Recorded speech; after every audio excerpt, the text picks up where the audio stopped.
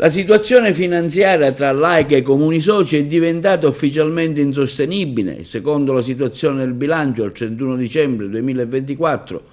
pubblicata dall'amministrazione, i crediti vantati dall'azienda sono esigibili ed esecutivi. Il totale netto supera i 6,4 milioni di euro e riguarda quasi tutti i comuni dell'Agrigentino. Di fronte a una persistente morosità, il Consiglio di amministrazione dell'AICA ha avviato pertanto i decreti ingiuntivi per procedere al recupero collettivo delle somme dovute. L'AICA fa l'appello ai sindaci, che sono anche soci dell'azienda consortile, provvedere al pagamento per garantire la liquidità e l'operatività dell'ente pubblico. Il Comune di Agrigento presenta un'esposizione importante, debiti per utenze idriche di circa 334.000 euro, ripianamento delle perdite 21-22, 659.000 euro circa, spese di manutenzione del personale 1.989.000 euro, costi di finanziamento compensati 307.000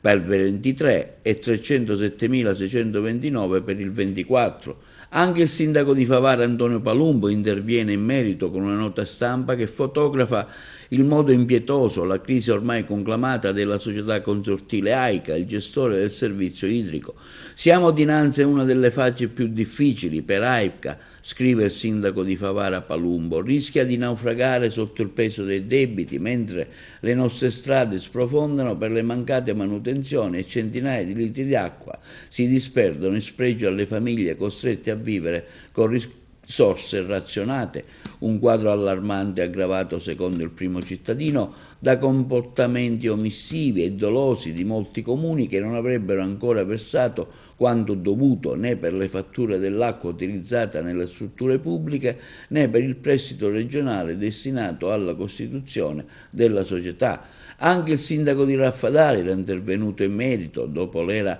di dirigenti acque, afferma Cuffaro che con AICA si sperava che la situazione cambiasse, ma a Raffadali non sarebbe andata come si sperava e la crisi idrica continua a tenere per la gioia dei cittadini. Parola di Silvio Cuffaro, il sindaco punta il dito contro AICA ricordando che l'azienda idrica dei comuni agrigentini, costituita nel luglio del 2021, avrebbe dovuto sopperire a una gestione inadempiente e fallimentare del nostro servizio idrico integrato, in primis a una società raggiunta addirittura dall'interdittiva antimafia da parte della prefettura di Agrigento, ma le aspettative, afferma Cuffaro, dopo il naturale e concesso periodo di rodaggio della nuova gestione sono state deluse dalla mancanza di una vera e propria organizzazione e risoluzione di quei problemi riconducibili tuttora a una scarsa capacità di prevenzione e costante mantenimento di una situazione di fatto non più accettabile.